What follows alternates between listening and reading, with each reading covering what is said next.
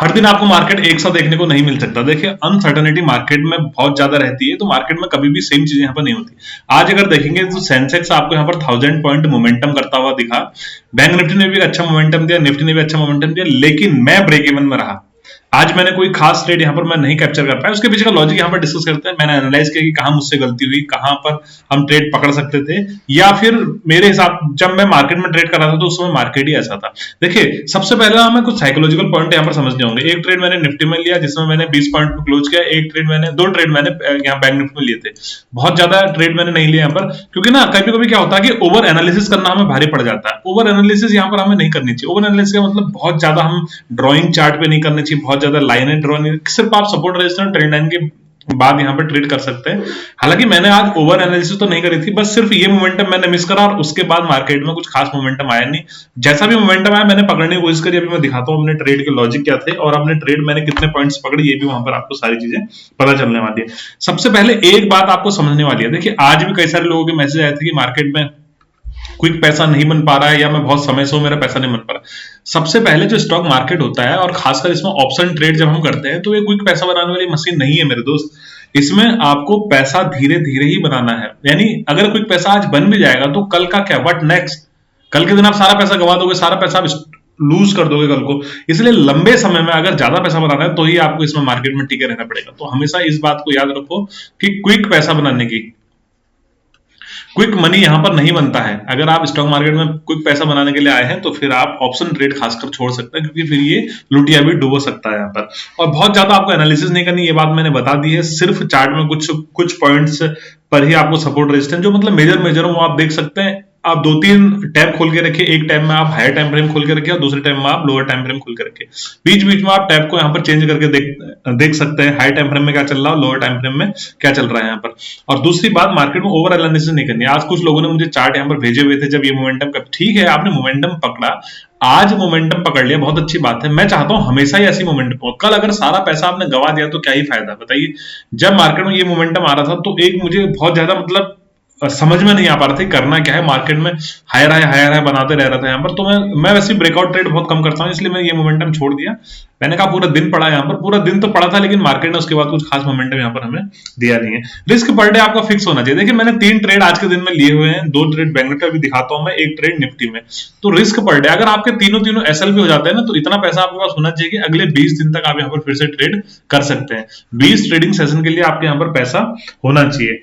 आपके पास सेटअप कोई भी हो, रिस्क पर डे आपका फिक्स होना चाहिए। चाहे आप कोई सा भी सेटअप यूज करते हो, आप कोई, मैं तो कहता हूं इंडिकेटर मत लगाओ, लेकिन आप कोई इंडिकेटर यूज भी करते हो तो भी आपका रिस्क पर डे यहाँ पर फिक्स होना चाहिए। रिस्क पर डे अगर फिक्स है तो आप यहाँ पर लंबे समय तक मार्केट में टिक सकते हैं।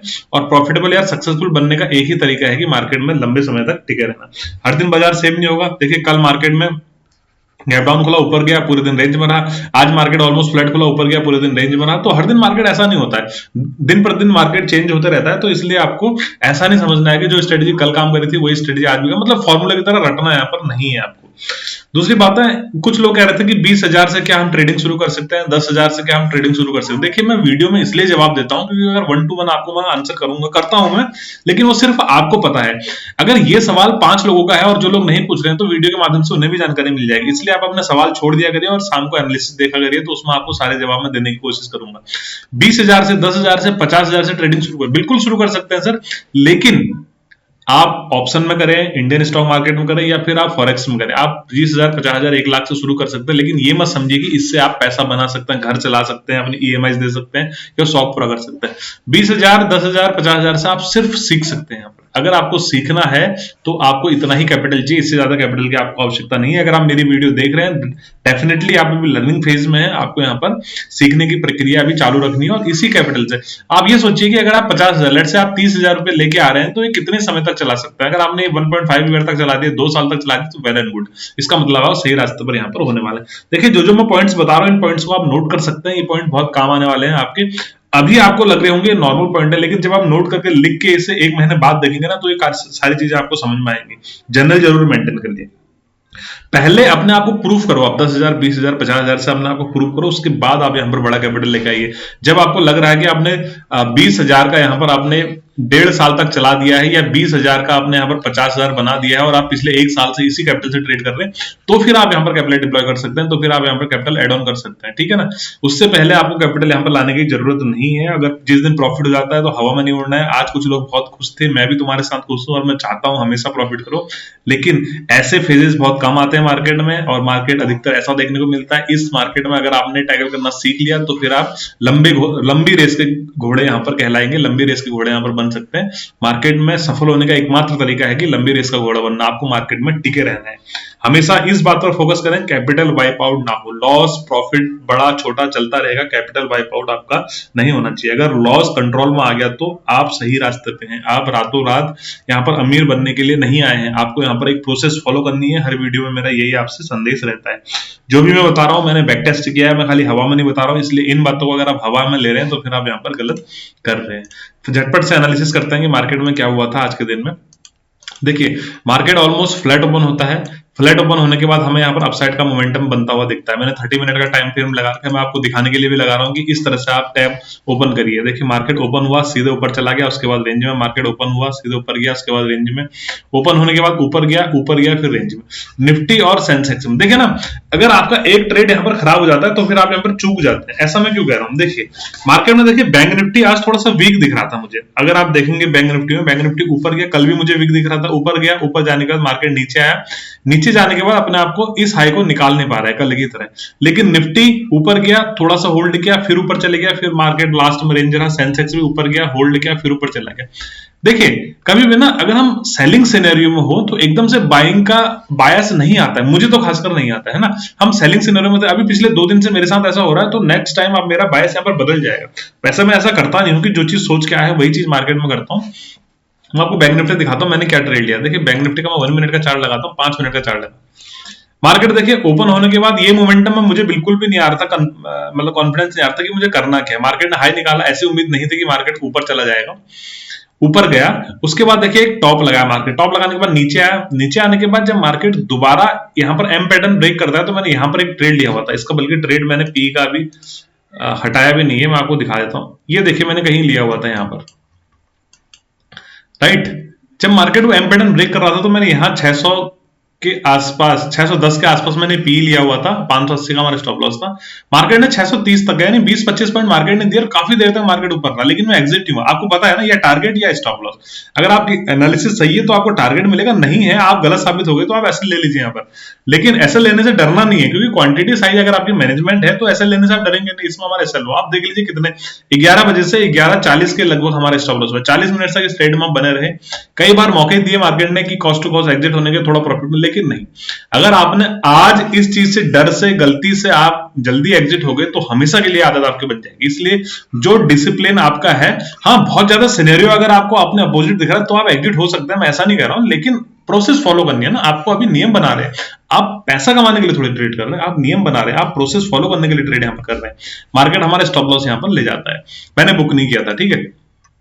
दूसरे ट्रेड में देखते हैं। देखिए बैंक निफ्टी मैंने एक सी का ट्रेड लिया। सी का ट्रेड देखिए, आप सी के ट्रेड के पीछे का लॉजिक मैं आपको बताता हूं। देखिए, मुझे मार्केट में दिख रहा था यहाँ पर बुलिश एनगल्फिंग बन रही है। अगर आप मार्केट में इस कैंडल को यहाँ पर देखेंगे, एनालाइज करेंगे तो यहाँ पर बुलिश एनगल्फिंग बन रही है, लेकिन इमीडिएट ऊपर हमारे पास सपोर्ट था और मार्केट देखिए नीचे आ रहा है, ऊपर जा रहा है, higher high higher low, higher high higher low. Market ने एक बार हायर लो ब्रेक किया, मैंने कोई ट्रेड नहीं किया, मार्केट फिर ऊपर गया। अभी हाई ब्रीच नहीं कर पा रहा मार्केट, राइट। मार्केट लेकिन लो ब्रेक कर रहा है, तो मैंने अपने पूरे सेटअप के साथ यहाँ पर ट्रेड लिया कि मार्केट में ये ब्रेक ऑफ स्ट्रक्चर नहीं हो रहा है यहाँ पर, बल्कि जो अपसाइड का करेक्टर था अभी चेंज हो रहा है, मार्केट डाउन साइड की तरफ आ रहा है। अगर ये ट्रेड मेरा चलता तो एटलीस्ट मुझे 48,350 तक का टारगेट यहाँ पर मिलना चाहिए था, यानी स्पॉट पे मुझे 150-200 पॉइंट का पॉइंट्स यहाँ पर मिलने चाहिए थे, तो प्रीमियम में अच्छा खासा मोमेंटम हो जाता। क्योंकि बैंक निफ्टी है ना, बैंक निफ्टी को भूले नहीं। मुझे दिख रहा था मार्केट में यहाँ पर बुलिश एनगल्फिंग बननी है, उसके बाद ट्रेड लाइन का ब्रेकआउट भी हो रहा है, लेकिन इमीडिएट ऊपर सपोर्ट था तो मैंने बहुत ज्यादा तवज्जो इसे नहीं दी और पहली बार में मार्केट हाई ब्रेक नहीं कर पाया था। तो ऐसा कई बार होता है, लेकिन मार्केट ने हमारा स्टॉप लॉस ले लिया। अभी देखिए ये ट्रेड मुझसे मिस हुआ। मिस होने के बाद जब मार्केट दोबारा रिटेस्ट करता है इस लेवल का, अब मैंने डब्ल्यू पैटर्न यहाँ पर देखना शुरू कर दिया। डब्ल्यू पैटर्न के नेकलाइन ब्रेक हुआ और एक अच्छी कैंडल के साथ हुआ, उसके बाद इसे रिटेस्ट किया। रिटेस्ट में मैंने ट्रेड लिया, काफी देर तक इस ट्रेड ने हमें रिझाया यहाँ पर। इसमें भी हमें प्रॉफिट हो रहा था, लेकिन इसमें भी मैंने बुक नहीं किया, अगर आप देखेंगे तो। देखिए इस ट्रेड में भी हमें काफी देर तक प्रॉफिट हुआ, कम से कम 870 के आसपास मेरी बाइंग थी और 900 के लगभग इसने हाई लगाया था, 30 पॉइंट का इसने हाई लगाया। देखिए काफी देर तक इसके ऊपर रहा, लेकिन लास्ट में मार्केट ने इसमें भी स्टॉप लॉस ले लिया, मैंने खुशी खुशी इसमें स्टॉप लॉस दे लिया। एक ट्रेड मैंने लास्ट में निफ्टी में लिया था, उसके पीछे का लॉजिक देखिए क्या है।